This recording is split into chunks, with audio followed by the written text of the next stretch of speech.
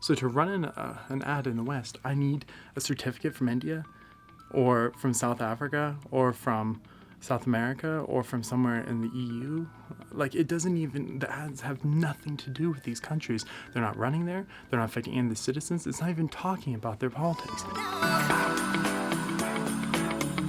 One of the most frustrating things about starting out on YouTube is trying to get followers. So other than posting over and over and over again on forums all over the internet, or having friends who are already social media giants or already have a significant following, it takes a really long time to build up followers, even to get like 10 or 100 viewers, because the automatic is 0, especially if you're doing something outside of your career, outside of your friends group, just something that you're passionate about, like this channel for me on governance, but it's not something that really attaches or to your professional life, your personal life.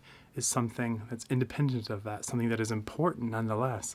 But it's really hard without advertising. So to save time, I want to do some advertising. And I've done a video on this before, but it's so incredibly difficult because these guidelines keep getting brought up. I try to make a video, my last one, which is about international parties. However, when I list them, or when I even refer to a general name, like the color, green, that alone is enough to get flagged in all over the world. I have this list of countries that want pre-approved certificates just to run an ad in my own country, here in America. So to run an ad in the West, I need a certificate from India, or from South Africa, or from South America, or from somewhere in the EU. Like, it doesn't even, the ads have nothing to do with these countries. They're not running there. They're not affecting any of the citizens. It's not even talking about their politics. You need approval from another country to run an ad in a different country that has nothing attached to it, just because they have vaguely similar names, and they will not run it unless you get approval from that other government and the other party, which of course would take forever to do. And it was completely impractical, and it's insane to even ask for it. It's just so frustrating. Most people never run across this because they're not looking at things on the global level where the real inefficiencies come down. The real problems are visible. When you're zoomed in, you can only see these trends within your own community, and you think that they're disconnected. You think that they're separate, but in reality, they're interconnected. They're part of a bigger picture where these things are going on globally. How these policies on social media are global, how they're affecting politics globally. But what I'm wondering is, where is that logic coming from? Why would I need a pre-approval certificate from another country and add here? Like, what? I'm sure they don't even care about that, but it's in their automated things. It's in their algorithms. It's getting flagged. And I asked them to be reviewed, and they went systematically through all these different countries and said, no, I can't run the ad because it wasn't approved in South Africa or wasn't approved in India. To run an ad in Texas, I need approval from India. Do you have any idea how insane that is? Do you have any idea how inappropriate that is? And this is just on the level of an insignificant YouTuber, somebody who doesn't even register on a blip on any of their radars. And yet, nonetheless, I'm experiencing it. These from the algorithms, from their censorship that is global. It's just really confusing. And all I want to do is talk about the general names, the general structure, not even saying good or bad, just saying this is how they work. This is just a vague framework of the world, and that alone got flagged as shocking content. I don't even know if I'm being censored or it's an accident. The thing is, this is the 5th time it's happened. I've only had 4 videos, but I've got flagged 5 times, and all I'm doing is talking about vague things that are in the 101 International Relations 101 book. So I'm just wondering how I'm going to be able to navigate talking about global governance, about how international relations work, and about how actors in between countries are affecting global policy, both on the local level and on the global level and national as well. So I'm just wondering how this is going to work. The whole idea of the channel was to talk about global governance and how to improve it, and how ways in where there's weaknesses and strengths, and how things can change, and an overall positive and proactive message based on just talking about the basics. And yet, nonetheless, it is becoming so incredibly hard to get out my message, because every single time I mention anything even vaguely political, even just structural, I get flagged.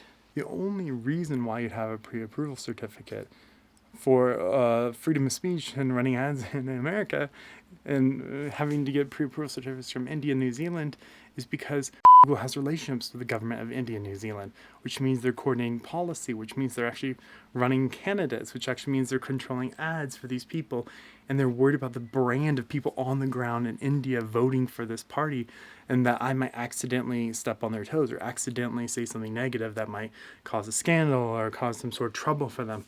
The funny thing is, I have nothing to do with it, but it is a little suspicious that there's a corporation which is supposed to be independent politics, which is somehow running candidates globally, and completely without any overhead, completely without any oversight. And do you know how it is? I actually went to Democratic conventions I was invited to. I got flown in for free to Vegas and put us up in these wonderful hotels and given money to run for office. And guess who was there? Facebook and Google. They had pamphlets. They had instructions on how to run special benefit programs they had for candidates that were behind the scenes. They give you free advertising. They give you free access to YouTube partnerships, which is like access to their YouTube partner headquarters, and help them work, which means you can walk into a YouTube partner thing and actually meet with them as a candidate running for office. And of course, this is on the progressive side of things. I didn't see that on the conservative side. They're not running those facilities. So that means that they're taking sides clearly in an election. And then they're doing it in India. My friends, who I grew up with, we've worked on projects together for decades, are there. And they're doing the same thing there.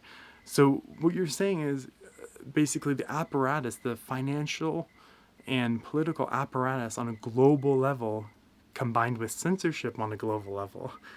So basically they're making the world's most powerful political party, and they're not even talking about it. No wonder every time I talk about global governance, I keep getting flagged. No wonder every time I try to run the most basic ad in America, and even in a local district, I get endless crap about it, because there is something bigger going on here. I'm stepping on the toes of giants. I'm accidentally interacting with these global narratives, these global actors, even though it's an insignificant way. I have the training and the background to understand when I see a global trend when I come across it. This is not just individuals. This is not just a new YouTuber trying to post a video. This is something bigger. And it's not a conspiracy. It's a coordinated policy. They actually have handbooks written out for participants of parties. I can show you, I have them in my car. Like, they have these things. Like, it's a real legitimate thing you can look up. They have training sessions for liberal politicians in multiple countries. And some conservatives, they play both sides whenever it benefits them. But in America and the West, they do liberal, and in some countries, they do more conservative, whatever they think will benefit their corporation and their viewership. The thing about that is, like, when in history has that ever been done before? Previously, there were media moguls, but those moguls were within one country and had to take sides because if there was a war, they'd have to take a side. They didn't have the guy running the major parties in India and the major parties in South Africa and the major parties in Hong Kong and the major parties in the EU and the major parties in America all at the same time, interconnected, and making sure not even the most obscure individual would counteract their narrative. That is a level of power in which the world has never seen.